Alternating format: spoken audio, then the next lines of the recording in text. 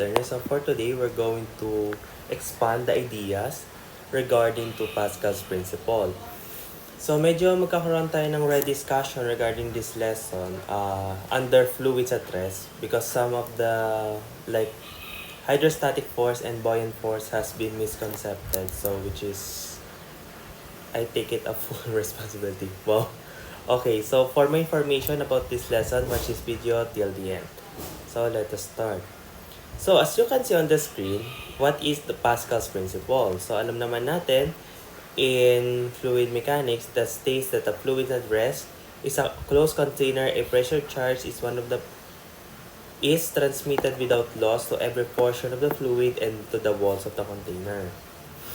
Isa sa example na natin last time, yung toothpaste tube, squeezing the tube creates pressure which is transmitted equally, forcing toothpaste out of the small opening. Or a human heart, that heart pumps blood and a closed fluid using pressure to circulate throughout the body. Ito yung hydraulic pump. So alam naman natin that pressure in equates to pressure out. Ayan, alam naman natin yung pressure is equates to force over area. For Pascal's unit, alam naman na natin yan. Look that Pascal's has unit per square meter. Kilopascal, may kilonewton lang. Ayan, megapascal, newton per millimeter squared. And gigapascal, yun, may kilonewton. Excuse me. Okay, as you can see in Pascal's principle, what if we're going to apply it in the inclined tube under the liquid surface? So let us use the summation of forces in static equilibrium. Force vertical equates to 0. Alam naman natin that pwede natin siyang i-respect sa axis nito. Pwede natin siya, kung nakaganito siya, kung pagpagano nakaganito siya, ihiga natin. Okay? E di mangyayari, kung i-imagine nyo, nakagano na siya, ito naman yung nakateta. Since X tayo, F2 saka F1, kaya siya X kasi babaloktotin nyo. Okay? Now, alam naman natin yung forces is equated to pressure times area. Okay? At alam naman natin yung vertical forces na W equates siya sa specific weight times the volume. At alam naman natin yung volume is equates sa area times its length or a height. Ngayon, nilipat ko lang ito dun sa kabila. Okay. Excuse me. Ngayon, yung A, yung para silang may A, pinagka-cancel ko na lang. So, ito na yung matitira. Yung L sign is equated to H. Diba? Sa SOHCAHTOA, ito yung theta. Oh. Pag sinimplify nyo, diba? Ito na yung tinatawag nating pressure variation. Saan kaya siya ma-apply? Malalaman natin mamaya. So let us resolve those problems that we've already solved in my past video. So it's a month ago after that video was released. So alam naman natin na meron tayong hydraulic pump. Yung isa daw ay 4 cm converted to meter, and the other hand meron tayong 0.12 meters diameter. Ito pababa, ito pataas. Excuse me. Okay. We all know that that the pressure in equated to pressure out. So alam naman natin yung area. So since yung out ay meron daw tayong force na 4,000 Newton output force. Ngayon, pag in-equate natin, ang lalabas sa in natin is meron tayong 444.444 Newton. Okay. Next, for the tank shown in the figure, yung H1 nyo is 3 meters, yung H sub 3 nyo is 4. Hinahanap natin dito yung value ng height ng 2. Ito na yung wala, yung dinagdag ko. Just to expand the lessons about Pascal's principle which applies to pressure variation. So we have to stick first to Pascal's principle. P in equals P out. Yung pressure ng water plus yung pressure ng oil, ito yung in. Yung pressure 3, ito, yun sa labas.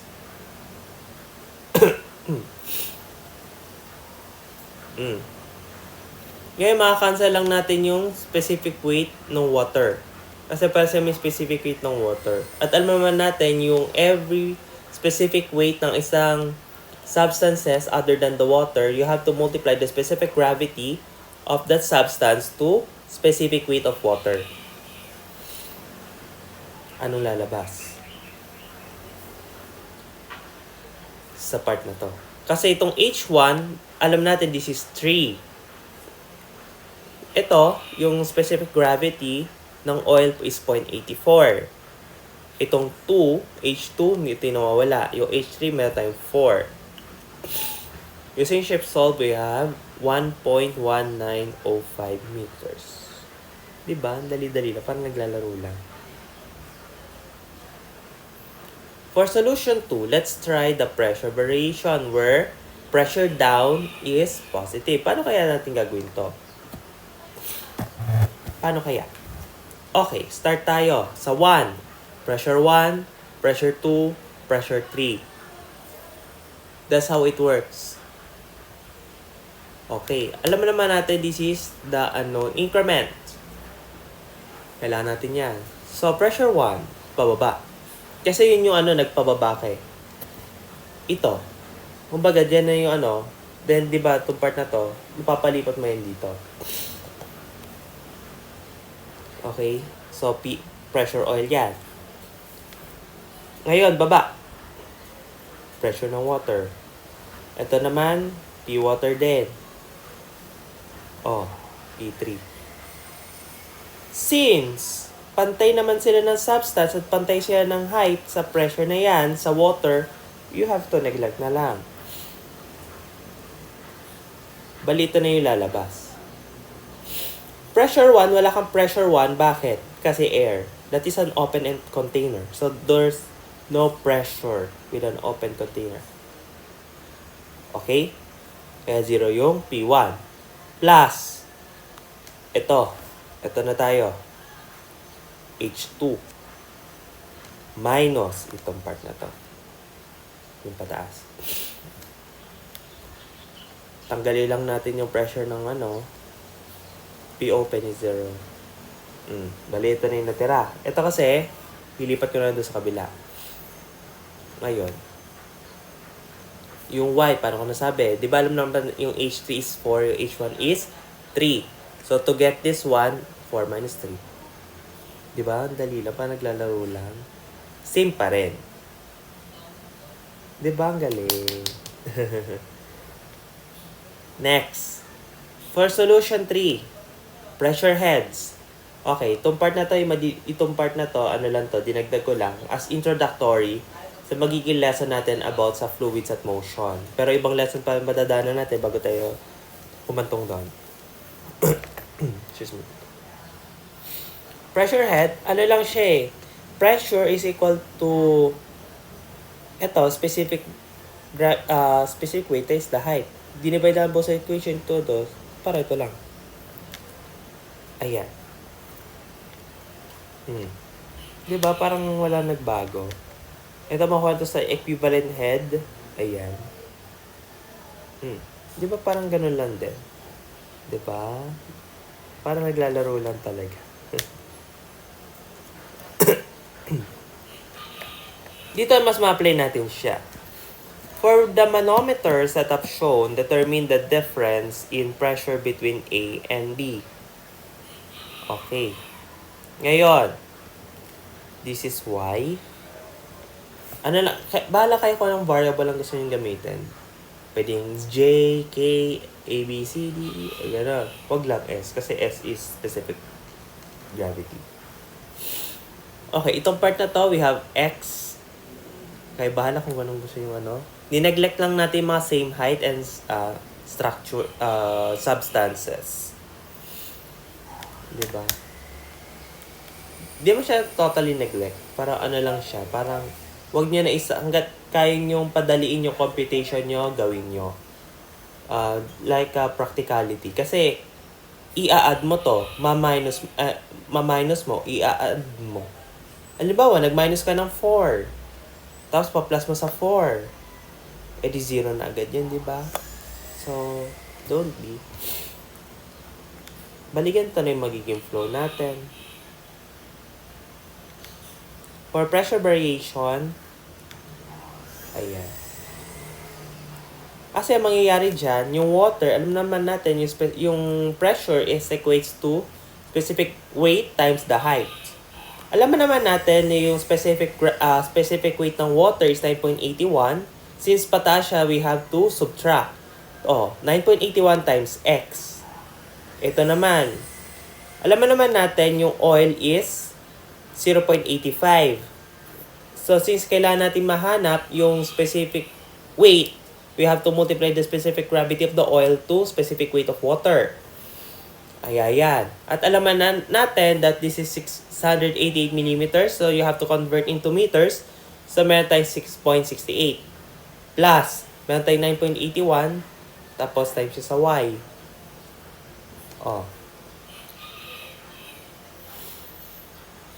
Since parehas naman silang may 9.81, saka itong part na to, di ba? Diba? Nandali-dali lang. Parang naglalaro lang tayo. This is for equation 1. For equal measurement, sa height naman ito, x plus 0.68 equals y plus 1.7. Kung mapapansin niyo yung height nito, saka no height nito.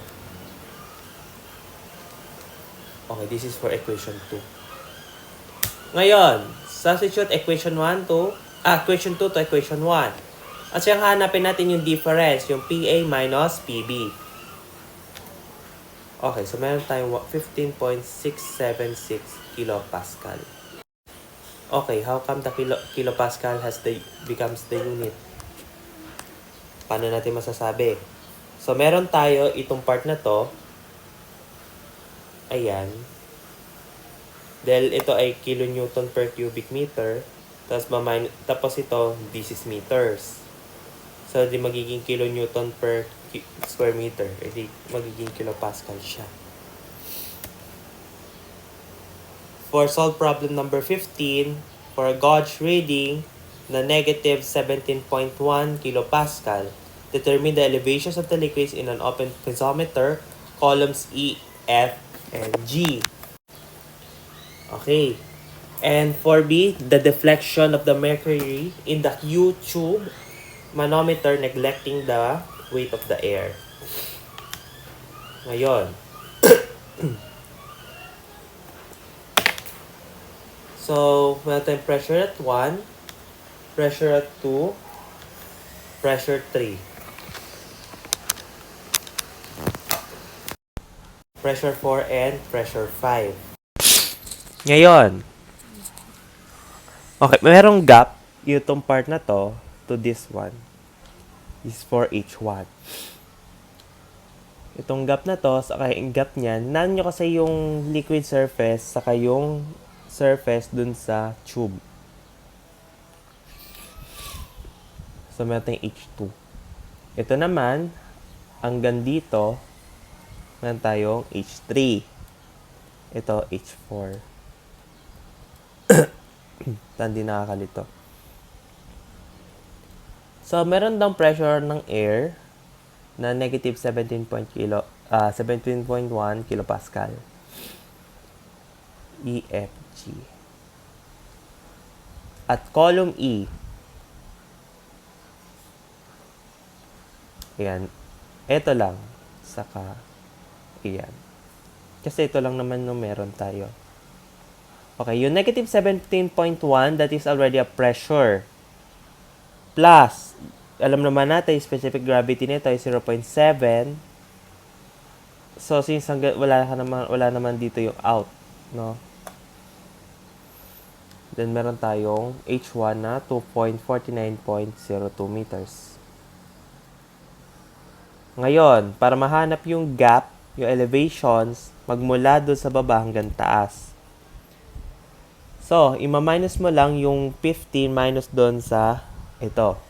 Kasi magmula daw dito sa baba na to hanggang dito. Sa part na to. So, you have to get 12.5098 meters. Now, for column F,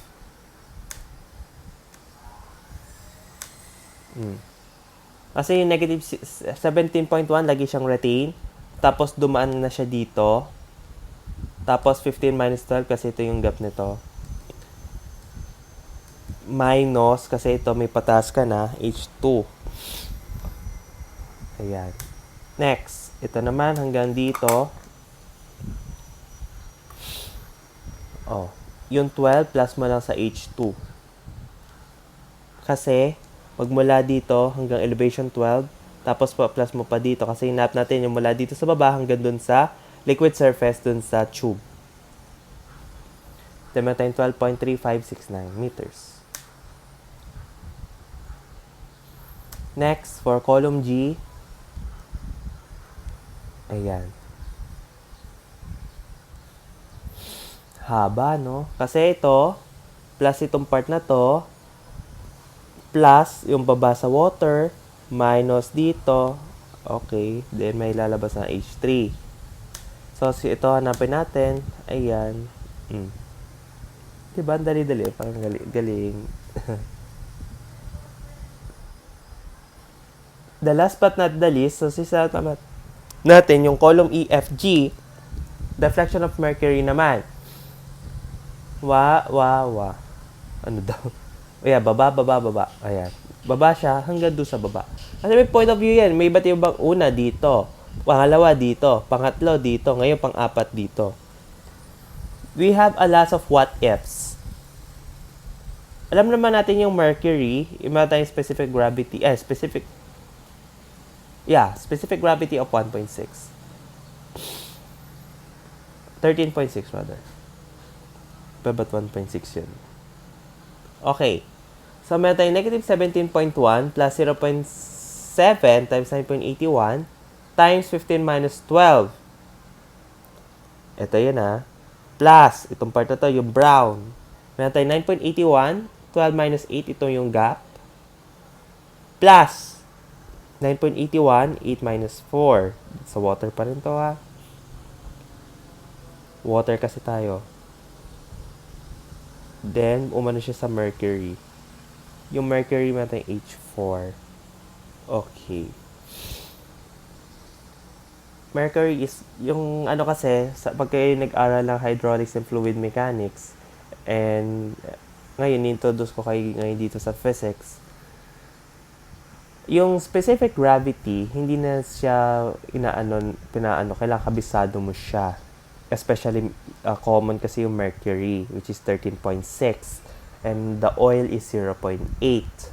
O yung water is 1. Specific gravity tayo. Kahit nga sa specific weight, dapat ang water 9.81. Kapag international, pero kapag English, dapat that is 62.4 pounds per cubic feet or cubic foot. Ganon. Kala kabisado yung mga ganon. Pero ngayon, since we are going to use ship solve, we have 0.6145 meters. Okay. So, we have to proceed about this lessons. Ito yung sinasabi ko sa inyo, nagkaroon ako ng misconception based on my study. Okay, so, let us discuss this lesson in my next video. Thank you for watching, Math Learners.